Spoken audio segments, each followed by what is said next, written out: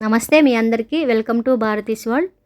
1 month అయింది video పెట్టి. Trip నుంచి వచ్చిన తర్వాత అందరికీ జలుబులు జ్వరాలు పూర్తిగా తగ్గిపోయేదానికి 15 డేస్ 20 డేస్ పట్టింది. అందరికీ ఒకళ్ళ తర్వాత ఒకరికి వచ్చేసింది జ్వరం జలుబులు. జ్వరాలన్నీ పూర్తిగా తగ్గిపోయిన తర్వాత అమ్మవారిని దర్శించుకోవడానికి కారణం ఏంటంటే 1 మంత్ అవుతుందో చైర్స్ అవన్నీ తీసుకొని అమ్మవారి గుళ్ళో ఇవ్వడానికని అక్కడ వెళ్ళిన వాళ్ళకి కింద కూర్చోవాల్సి వస్తుంది. పెద్దవాళ్ళు అయితే కొంచెం ఇబ్బంది పడుతున్నారు. అందుకని 6 చైర్స్ తీసుకున్నాము గుళ్ళో ఇవ్వడానికని. అవి ఇచ్చినట్టు ఉంటుంది, అమ్మవారికి తాంబూలం పెట్టినట్టు ఉంటుందని చెప్పి అన్నీ తీసుకొని వెళ్ళాము. కార్తీక మాసంలో కూడా ఒకసారి వెళ్ళాము, వీడియో అప్లోడ్ చేసాము. ఆడవాళ్ళని లోపలికి రానియరు కాబట్టి మా సారే లోపలికి వెళ్ళి అమ్మవారికి పూలు తాంబూలం కాయలు అన్నీ సమర్పించేస్తున్నారు. అమ్మవారికి పసుపు కుంకుమ కూడా సమర్పించేస్తున్నారు. ఒకటి తర్వాత ఒకటి ఇట్లా పెద్దవాళ్ళు ఉండి చెప్తా ఉన్నారు, ఏం చేస్తూ ఉన్నారు.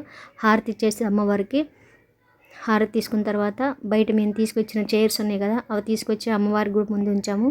సేపు అమ్మవారి ముందు కూర్చొని వాళ్ళు మాట్లాడుకుంటూ ఉన్నారు. నాకు పక్కన ఒక మందార చెట్టు కనిపించింది. చెట్టు నిండా ఉన్నాయి పూలు.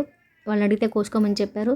కవర్ ఒకటి తీసుకొని నిండా పూలు కోసుకున్నాను ఆయిల్లో ఉడకబెట్టడానికని. ఆ ఊరు నిండా మందార చెట్లు చాలా ఉన్నాయి. Thank you.